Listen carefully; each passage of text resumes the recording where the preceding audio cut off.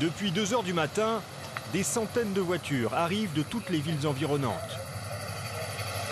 Il y a tellement de monde que l'on a fait appel à l'armée pour distribuer les ordres de passage.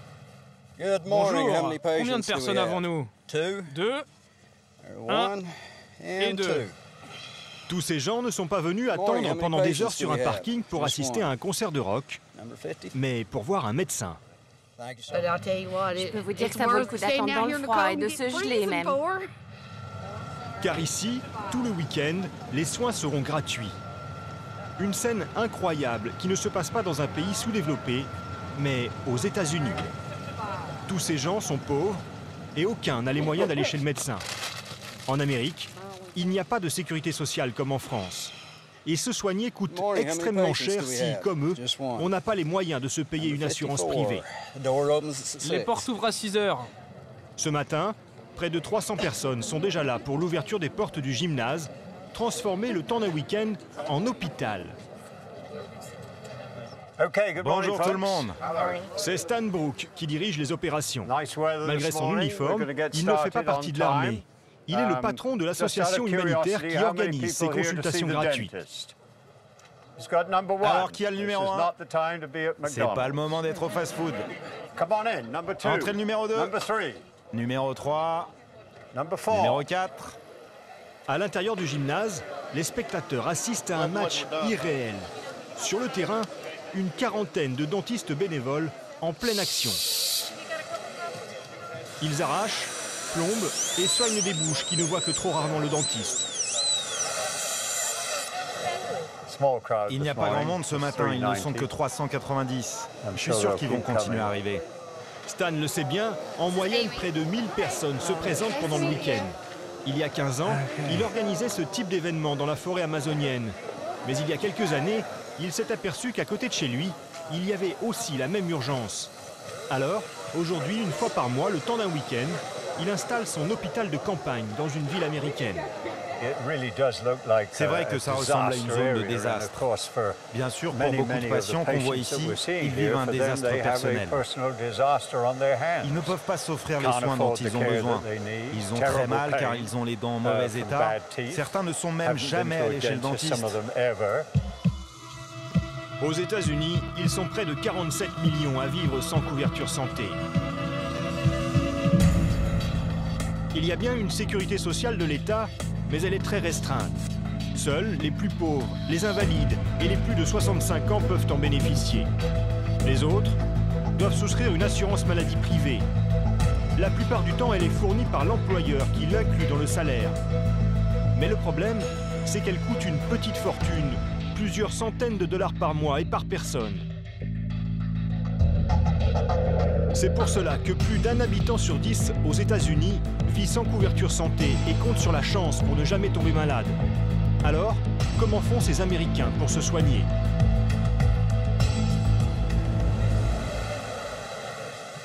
Dans le gigantesque cabinet dentaire improvisé, on ne chôme pas. Il est ouvert seulement depuis 3 heures et les dentistes ont déjà arraché des dizaines de dents. Il y a du monde, ils n'ont pas le temps de soigner une dent un peu trop abîmée. Bonjour, je m'appelle Brooke, enchantée. Asseyez-vous ici. C'est justement ce que redoute Cherry. Après 9 heures d'attente, elle est enfin prise en charge. Elle s'est cassée 2 dents et elle a peur qu'on les lui arrache. Vous pensez que c'est possible de sauver ma dent?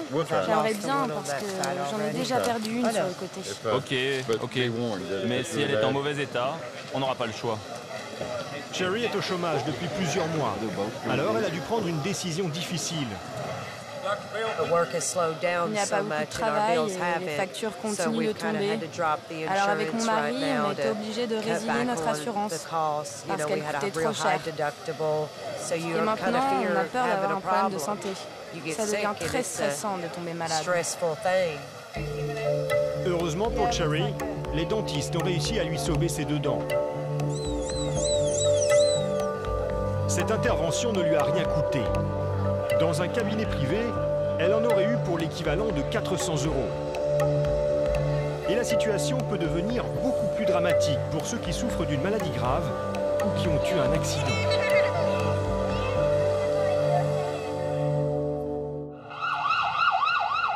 La plupart du temps, ils finissent aux urgences. Là, ils sont forcément pris en charge, même s'ils ne sont pas assurés. Mais à la sortie, la note est plutôt salée. Souvent, les factures se montent à plusieurs milliers de dollars. Murphy. Aux urgences, John a carrément été ruiné. Il y a quelques mois, il est victime d'un malaise. Sa sœur l'emmène à l'hôpital en catastrophe. Les médecins lui font alors toute une batterie d'examens. Mais John n'a plus de couverture santé depuis qu'il est au chômage. Et sans assurance maladie, les frais hospitaliers sont à sa charge. Voici quelques factures que j'ai reçues. Celle-là, c'est la facture de l'hôpital. 3 000 $. Là, c'est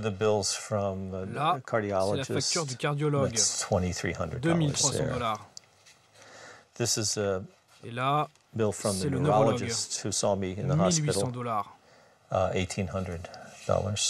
En tout, je suis redevable de près de 10 000 $. Vous pouvez payer? Non. Je vois les choses comme... OK, vous voulez que je paye? Je vais payer 75 $ par mois ou ce que je peux me permettre de payer, c'est tout. Je vois vraiment pas comment je peux faire autrement. Pour l'instant, les huissiers n'ont toujours pas donné signe de vie. John touche 1 300 $ d'allocation chômage, mais la moitié part dans le loyer.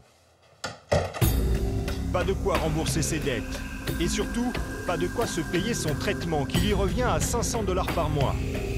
Mais comparé à beaucoup d'autres Américains, John a eu de la chance. À côté de chez lui se trouve une clinique au fonctionnement très étonnant. D'abord, elle est financée essentiellement par des dons et fonctionne avec des médecins bénévoles. Bonjour, je suis le docteur Connelly. Sans cette clinique, John ne pourrait tout simplement pas se soigner. Et le cardiologue a prescrit celle-là. Combien vous payez pour ces médicaments? Grâce à la clinique gratuite, je paye juste 5 $ par médicament. Ça fait 25 en tout. Ça fait une grosse différence. Au début, je payais 500 $. Serrez la main gauche. OK. Pouvez-vous sentir ce doigt de pied? S'il n'était pas traité pour son problème de cœur, il pourrait faire une attaque. Mais pour avoir le droit de se faire soigner gratuitement ici, il faut avoir de la chance. 2 fois par mois, Jody, l'une des responsables de la clinique, organise la grande loterie de la santé. Bonjour tout le monde, on va vous demander d'entrer et de former une seule file d'attente devant l'accueil de la clinique. Tous ces malades sont venus tenter leur chance. À la clé, le droit de se faire soigner gratuitement. On va commencer dans quelques minutes. Chaque personne se voit remettre une lettre de l'alphabet et tout le monde veut croire en sa bonne étoile.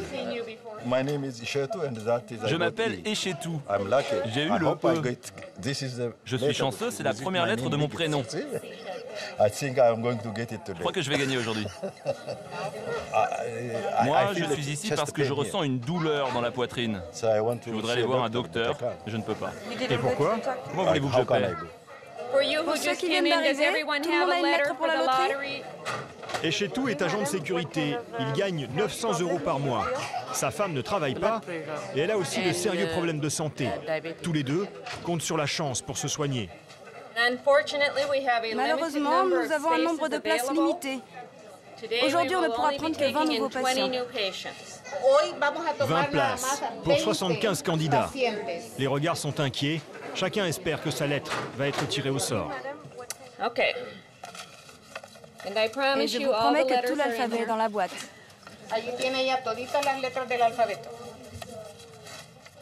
La première lettre, c'est la D. Soulagement pour les premiers gagnants, qui pour la plupart ont déjà tenté leur chance plusieurs fois. C'est la 4e fois que je viens. Je l'ai eu maintenant. Mais il y a un revers à la médaille. Mieux vaut ne pas être trop malade, car les gagnants ne seront pris en charge que dans 2 semaines. En revanche, ils seront soignés quel que soit le temps et surtout le coût du traitement. La lettre Q, c'est fini, c'était la dernière lettre. Merci d'être venu. On aurait aimé tous vous prendre. Nous avons une telle demande de soins que la loterie nous a semblé la manière la plus juste pour donner une chance équitable à tous. Pour Eshetu, qui a des problèmes cardiaques, c'est une grande déception. C'est raté. J'essaierai une autre fois. Vous êtes déçu? Évidemment. Comme la dernière fois, je n'ai pas été tiré au sort. Mais je retenterai ma chance encore une fois.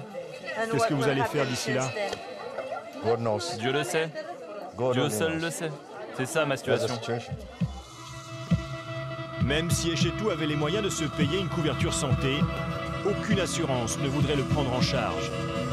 Son problème au cœur est une clause d'exclusion. Car les compagnies américaines ne veulent pas s'encombrer de clients qui peuvent leur coûter cher en frais médicaux.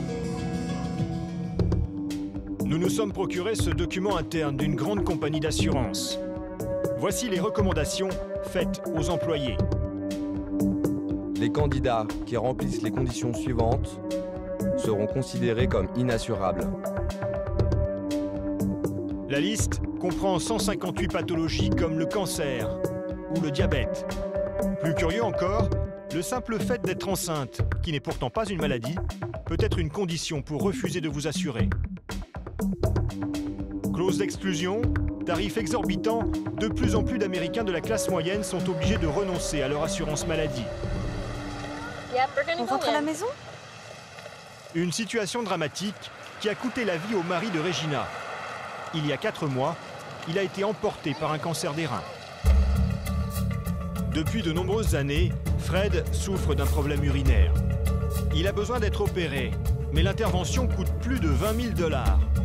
Une somme qu'ils n'ont pas, car tous les deux vivent alors de petits boulots.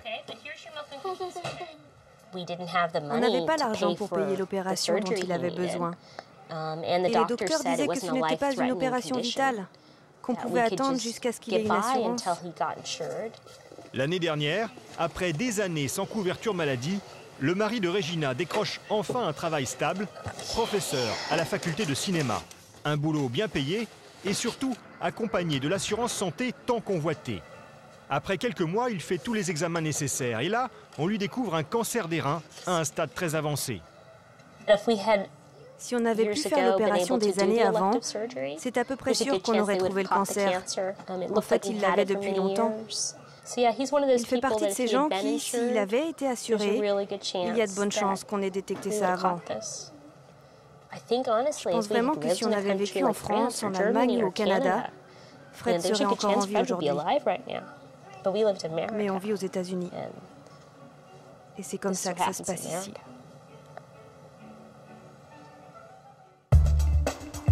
Selon une étude récente, un Américain meurt toutes les 30 minutes faute d'assurance santé. Chaque année, aux États-Unis, 700 000 foyers se déclarent ruinés par leur dette médicale.